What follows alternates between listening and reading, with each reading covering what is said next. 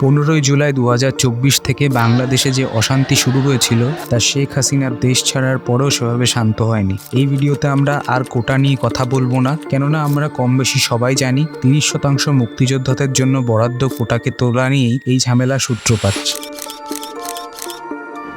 কিন্তু এই সমস্যাটা খুব সহজেই কথাবার্তার মাধ্যমে সমাধান করা যেত। এতগুলো তরতাজা প্রাণকে অকালে ছড়ে যেতে হতো না। আর এখানেই যে সম্ভাবনাটা সব থেকে জোরালো হয়ে উঠছে সেটি হলো কোনো বাইরের দেশের হস্তক্ষেপ। প্রসঙ্গত 2024 জুনে তৎকালীন প্রধানমন্ত্রী শেখ হাসিনা এমনটা দাবি করেছিলেন, তিনি হয়তো আর বেশি দিন শাসন করতে পারবেন না, তাকে হয়তো পদত্যাগ করতে হতে পারে। আর এর পেছনে থাকবে একটি বড় শক্তিশালী দেশ।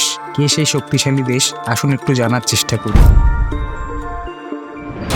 সাম্প্রতিককালে আমেরিকার সেনা ঘাঁটি বানানোর উদ্দেশ্যে বাংলাদেশের কাছে সেন্ট মার্টিন দ্বীপে জায়গা চায়, কিন্তু হাসিনা সরকার তা প্রত্যাখ্যান করে। এমনকি হাসিনা সরকার লোন চাইতেও চীনের কাছে যায়। অবশ্যই বোঝা যাচ্ছে যে আমেরিকার মতন প্রথম সারির দেশের এতে আত্মসম্মানে কতটা আঘাত লাগার কথা।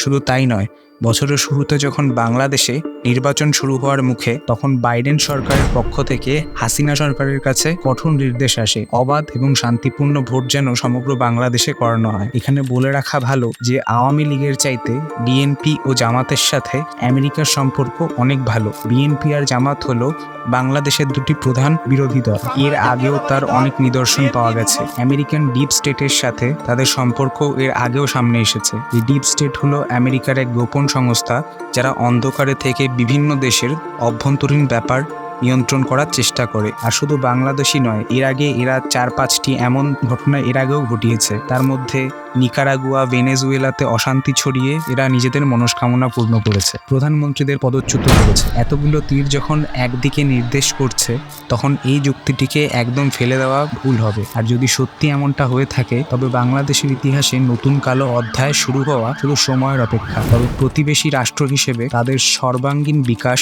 শান্তি আশা করাই আমার মতো এপার বাংলার মানুষের কর্তব্য। আশা করব বাংলাদেশ যেন সত্যি ভবিষ্যতে সোনার বাংলায় রূপান্তরিত হতে পারে।